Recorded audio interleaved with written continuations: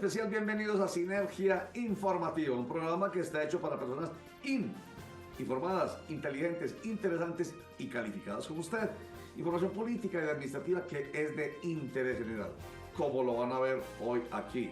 Y se empieza a ver desde ya con estos titulares que ya traen mucha información.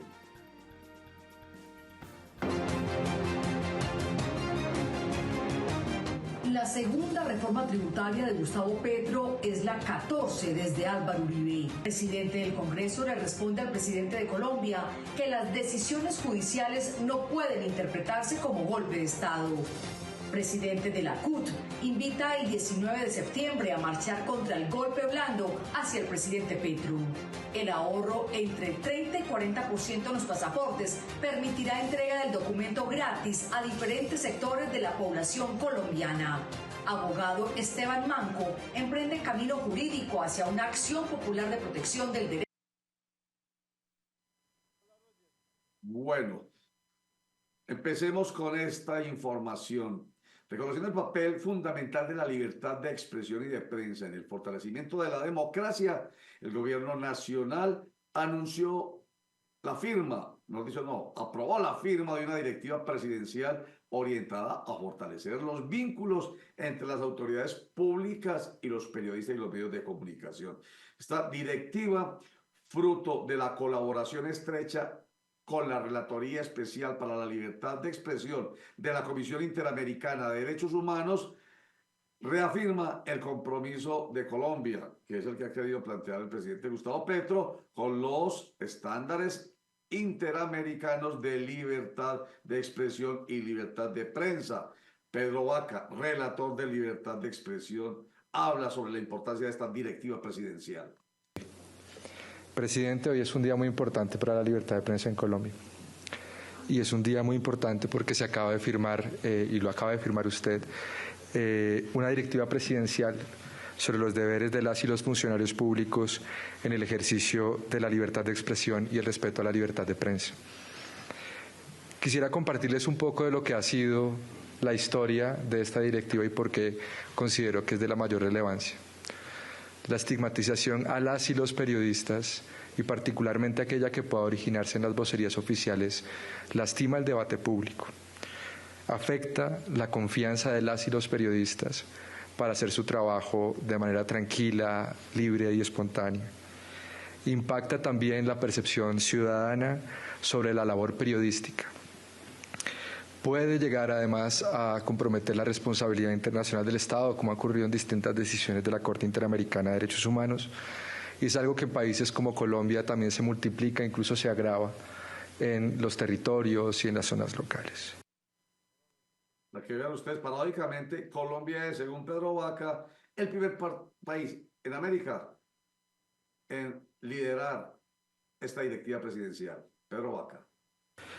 Yo puedo decir como relator de libertad de expresión, que es un cargo que me ha encomendado la Comisión Interamericana de Derechos Humanos por los últimos 3 años y medio, que la estigmatización a la prensa es la nota común en la región. No conozco un país del continente que no tenga este fenómeno. Pero siento mucho orgullo en decir que Colombia es el primer país en asumir este desafío, encauzarlo y enrutarlo inspirado en los estándares interamericanos de derechos humanos, y quiero agradecerle públicamente, presidente, por ese trabajo y por ese compromiso que usted ha derivado a través de esta directiva. Era el mes de abril del año 2023 cuando, a raíz de este fenómeno, su gobierno levantó la mano, solicitó apoyo técnico a la Comisión Interamericana de Derechos Humanos, que lo derivó en la oficina que está a mi cargo, y desde entonces se ha venido trabajando incansablemente con los distintos equipos de su Secretaría de Comunicaciones y el DAPRE. Y dije ahorita paradójicamente que Colombia sea el primer país en suscribir una directiva presidencial para la libertad de prensa y la libertad de expresión, porque precisamente ha habido mucha controversia entre los medios de comunicación y el presidente Gustavo Petro, quien insiste en que aquí en Colombia hay unos medios de comunicación que están al servicio del poder y dedicados a mentir y mentir. Gustavo Petro, presidente. Y si Goebbels estuviera hoy, ¿se protegería Goebbels? Fue mi pregunta. Cuya teoría es mentir, mentir, mentir hasta que se crea como verdad, porque esa es la mejor manera de controlar una sociedad y dominarla. Bajo los nazis, pensaba él. Los nazis siguen hoy. Ordóñez era uno. Goebbels, se refiere él a Joseph Goebbels, el genio de la propaganda nazi, la propaganda de Hitler. Bueno, en todo caso, el presidente al suscribir, pues contento y satisfecho con que sea el primer país del continente en suscribir esta directiva presidencial, dice, ojo, que de todas maneras, una cosa es la libertad de prensa y la libertad de expresión y otra cosa es la libertad de crítica, refiriéndose a él mismo y a todos los funcionarios cuando se sienten atacados, injuriados y calumniados con un medio o por un medio de comunicación. Tienen derecho también a la crítica. Gustavo Petro. ¿A quiénes matan en Colombia siendo periodistas? A los que dicen la verdad o la buscan. ¿A quiénes Petro no puede criticar? Como si no hubiera libertad de crítica. Como si al lado de la libertad de expresión no hubiese la libertad de crítica. Petro no puede tenerla, pero sí se le puede maltratar y calumniar, incluso por una franquista contra mi hija. Eso sí, eso no es pecado. De matar a un izquierdista en Colombia no es pecado. En su corazón lo sienten millones de personas porque le han inculcado esa mentalidad que es una mentalidad nazi. ¿A través de qué forma se ha inculcado? A través de una forma de comunicación que es la comunicación del poder, que siempre está diciendo que la diferencia es satánica y que hay que eliminarla. Y esa es la tesis de Goebbels y de Hitler. Bueno, trascendiendo lo político, ustedes saben que aquí nuestro pensamiento ha sido claro frente a la libertad de expresión y de prensa. Libertad como derecho fundamental de nuestra Constitución Política de Colombia, que tiene límites, que llega hasta donde empieza la libertad de otro. Derecho fundamental hasta donde empiezan los derechos fundamentales de otro, como el derecho al debido proceso, el derecho fundamental a la intimidad, al buen nombre, a la honra, a la imagen, que a veces con esa libertad de prensa, como si fuera patente de corso, se vulnera flagrantemente. Entonces, libertad, eso sí, teniendo en cuenta que hay colisión de derechos en nuestro Estado social y democrático de derecho, porque hay derecho a la libertad de expresión, pero también hay otros derechos que hay que respetar como periodista responsable. Hagamos un corte para mensajes con esta buena noticia para el municipio de Sabaneta. 4.000 millones de pesos para el mantenimiento general de la infraestructura de nuestro hospital. Con esto le queremos dar un mensaje a la ciudadanía, que nuestro hospital es uno de los temas más importantes que queremos mejorar, modernizar y poner al servicio de nuestra ciudadanía. Agradecer al gobernador Andrés Julián Rendón por haber colocado su mirada en Sabaneta, por estar trabajando en equipo con nosotros para mejorar la salud y la calidad de vida de nuestra gente. El mejoramiento del hospital Venancio Díaz Díaz es una realidad para Sabaneta. Con esto le estamos cumpliendo a nuestra gente.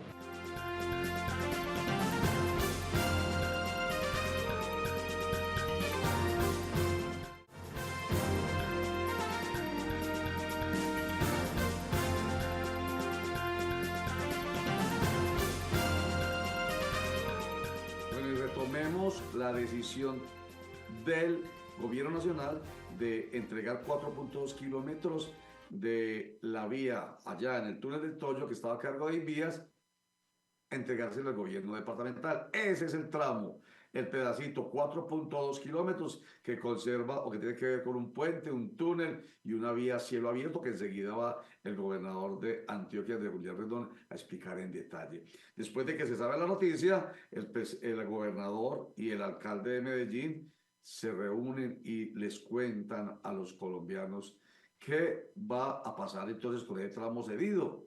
¿Tienen plata o no tienen plata para continuarlo? Se supone que sí, para eso lo estuvieran pidiendo. Andrés Julián Rendón, gobernador de Antioquia. Es que nos entregan uno de los contratos que para nosotros es el más crítico porque más tiempo implicará en la ejecución de las obras, que es el tramo que arranca precisamente en Santa Fe de Antioquia tiene un tiempo de ejecución una vez tenga la plata sobre la mesa de 2 años, y eso nos da cuenta de una conclusión como la siguiente: de esa gran obra de lo que llamamos el túnel del Toyo, 3/4 partes ya quedan en manos de los entes territoriales. Queda faltando una 1/4 parte restante, que en palabras de la ministra es una que seguramente también podrá llegar a ser cedida a Alcaldía de Medellín, Gobernación de Antioquia, pero que quiere ver cómo evoluciona bien el primer sector del tramo a su cargo. Ese tramo cedido, que hoy está en un contrato a cargo del Cóndor, nosotros tenemos que inyectarle este año cerca de 30.000 millones de pesos. Eso lo va a hacer la Gobernación de Antioquia. Nosotros habíamos guardado parte de los excedentes operacionales que nos dejó el IDEA en el año inmediatamente anterior para ese propósito, y tal y como lo manifestó el alcalde, la concurrencia de los recursos restantes, que son del orden de 300.000 millones de pesos, lo habremos de definir antes de que termine este año, para no ralentizar la obra, sino ponerla a toda máquina como necesitamos. Así que esto para nosotros es fundamental, es crítico, es muy importante. Aquí está pues bastante bien especificado en la gráfica. El tramo verde es el que ya tiene un avance de ejecución del 94%, y lo que nos entregaron fue lo alusivo al sector 1, que es el tramo que está en naranja. Lo que está en rojo es lo que habrá de finiquitarse, Dios mediante, también en los próximos días, meses. Y el alcalde de Medellín pues también dice que nosotros vamos a poner la platica que falte para esos 4.2 kilómetros, diciendo que es un distrito o un municipio, pero en este caso distrito, poniendo plata por fuera de su jurisdicción, porque la obra es de interés regional y nacional. Federico Gutiérrez. Felicitaciones, es un gran avance, y nosotros, así como socios del proyecto, que en 10 años ha habido aportes de vigencias futuras que se cumplen este año, con la entrega ya de los 50.000 millones de pesos restantes de este año, que ya se ha entregado una parte importante, se cumpliría ese primer compromiso.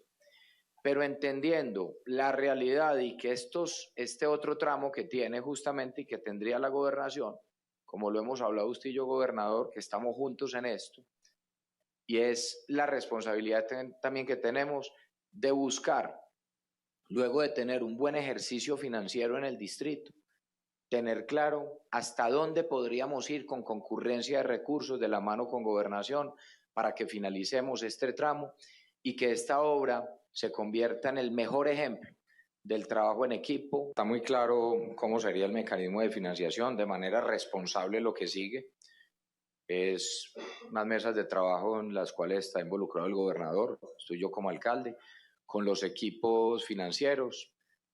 Hay un plan de desarrollo retador para Medellín. Tenemos una inversión superior a los 40 billones de pesos estos 4 años. Y por supuesto que logrando tener ese panorama financiero a futuro, entender que se necesita unos recursos, se necesitaría unos recursos. Este año, que ojo, ya lo estamos poniendo de acuerdo a las vigencias futuras para el tramo que va en 94% de avance de obra, que corresponde a 50.000 millones de pesos este año, y que se cumplirán los compromisos, y desatrasarnos con algunos pagos faltantes que no habían sido ejecutados desde la administración anterior. Eso es importante. Y lo que sigue frente a este tramo, por supuesto, que de requerirse vigencias futuras, iríamos con un proyecto de acuerdo al Consejo de Medellín. Seguramente lo propio tendría que hacer el gobernador para garantizar esa contratación de obras hasta finalizar ese tramo. Y algo positivo, concertación. Recuerdan que hemos hablado tanto de eso. El ministro del Interior, convencido, Juan Fernando Cristo, convencido de que es necesario concertación y no confrontación, como la que han venido teniendo durante todo este año de gobierno el gobernador de Antioquia, de Julián Rendón, y el alcalde de Medellín, Federico Gutiérrez, con el alto gobierno, con el presidente Gustavo Petro Urrego. Simplemente ya se reunieron, concertaron y tomaron la decisión más positiva, dice uno, no solamente para Antioquia, sino para Colombia. Tengan, señores, trabajen ustedes esos 4 kilómetros. Concertación y no confrontación. Corte para mensajes. Contraloría Distrital de Medellín. Control fiscal moderno, técnico y oportuno.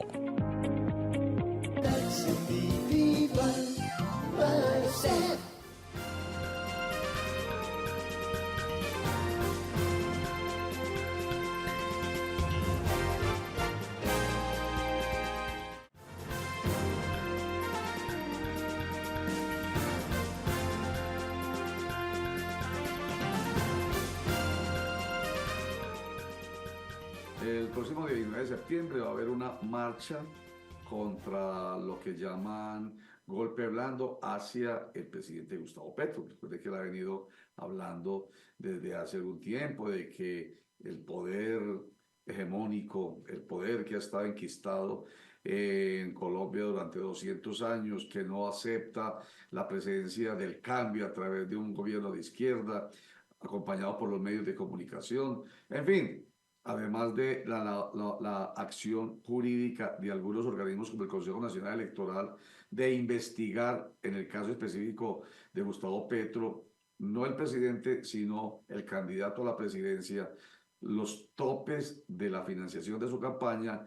Ello ha generado la narrativa en el alto gobierno de que hay un golpe blando en camino, un golpe blando de Estado. En fin. Sobre esto, pues va a haber, vuelvo y digo, más el 19 de septiembre. Pero sobre esto, el presidente del Senado de la República, Efraín Cepeda, dice: presidente, ojo con la paranoia, hay que respetar las decisiones y las investigaciones que hagan las autoridades judiciales, en este caso el Consejo Nacional Electoral. Efraín Cepeda. Mire, yo he venido expresando que soy respetuoso, y el Congreso también debe serlo, de las decisiones judiciales. Las decisiones judiciales de ninguna manera pueden interpretarse como golpes de Estado, sino como lo que son: decisiones judiciales que son de estricto y obligatorio cumplimiento. Y pues también, y sea el momento de decirlo, yo he venido diciendo que el presidente Gustavo Petro se eligió por 4 años, que la democracia es eso, el respeto por los periodos legislativos, y que él debe gobernar 4 años, pero por supuesto dentro del concepto de equilibrio de los poderes públicos. Como quien dice el presidente del Senado: presidente de la República, Gustavo Petro, tranquilo, esta es una democracia, termine su periodo de 4 años. Bien, es que esta polarización nuestra es lamentablemente aterradora. Mire a dónde ha llegado. Pacto Histórico está denunciando aquí en Medellín la vandalización de su sede. Es lo que nos cuenta el diputado de Antioquia, Manuel García. Como presidente del Polo Democrático Alternativo en el departamento de Antioquia y diputado del Pacto Histórico, rechazamos profundamente los hechos vandálicos que han sido sucedidos hoy en la sede del partido en la ciudad de Medellín. Rompieron la puerta, ingresaron a la sede del Pacto Histórico en Medellín y la vandalizaron. Exigimos las garantías para el ejercicio de la política, exigimos las garantías de seguridad a las fuerzas de policía, a la Fiscalía General de la Nación, para que sean identificadas las personas que han vandalizado nuestra sede. Respeto al ejercicio de la oposición política en el departamento de Antioquia. Y este martes, el Gobierno Nacional radica su proyecto de ley de reforma tributaria. Segundo proyecto de reforma tributaria en este gobierno, de 14 desde el año 2000, desde cuando el presidente fue Álvaro Uribe Vélez. ¿Qué piensan algunos senadores y representantes? Angélica Lozano, ¿cuál es su postura frente a este nuevo proyecto de reforma tributaria? Hacer que las entidades cumplan, no puede pasar lo que en el Ministerio de la Igualdad, que no ejecutan, o en vivienda, Mi Casa Ya y otros programas de vivienda rural, la plata cero gastada, o en turismo. Así que no a una tributaria y sí a la eficiencia. El gobierno tiene que ponerse las pilas y trabajar, ejecutar y ahorrar, abrocharse el cinturón, no clavar más impuestos. ¿Y qué piensa la representante de la Cámara, Catherine Miranda? No solamente son los 12 billones de la reforma tributaria, sino también hay un supuesto que va a haber un recaudo adicional por parte de la DIAN de alrededor de 16 billones de pesos, unas mayores utilidades de Ecopetrol de alrededor también de 2 billones de pesos. Entonces no tenemos claridad de realmente de dónde el gobierno va a sacar esto, son cuentas alegres. Y terminemos con una buena noticia a propósito de los pasaportes, de esa controversia acerca de los pasaportes y quién los hace, que hay demandas, en fin. Lo importante es que Luis Gilberto Murillo, el canciller de la República, dice que con lo que se va a hacer con estos pasaportes se va a ahorrar entre 30 y 40%. Una plática que va a servir para que mucha gente de estrato 1 y 2, SISBEN 1, SISBEN 2, tenga la posibilidad del pasaporte gratis. Y otras personas que se lo merezcan. Luis Gilberto Murillo. Y a eliminar la intermediación. Allí vamos a ahorrar entre el 30 y el 40% de recursos. Eso implica que vamos a tener más recursos para el Estado, pero también vamos a tener la posibilidad de implementar una medida que se tiene desde hace algún tiempo, pero no se ha implementado, de poder garantizar la entrega de pasaportes gratuitos a personas de escasos recursos de los niveles 1 y 2 del SISBEN, por ejemplo, las personas que tienen más de 62 años o los jóvenes que se ganan una beca y se van a estudiar al exterior, entonces su pasaporte sería gratuito, o también para las personas que van a intercambios culturales o deportivos y a otras poblaciones que tienen acceso a eso. Igualmente en las zonas de fronteras, donde el costo del pasaporte, por ejemplo, es de 120.000, 125.000 pesos, va a bajar a cerca de 100.000 pesos, 105.000, eso implica un 12% de disminución, pero además consideramos que se debe pagar el precio justo por el pasaporte. El pasaporte hoy tiene un costo de 207.000 pesos y va a bajar a 180.000 pesos para toda la ciudadanía que requiera tramitar su pasaporte. Todo, absolutamente todo gira en torno a decisiones políticas y administrativas.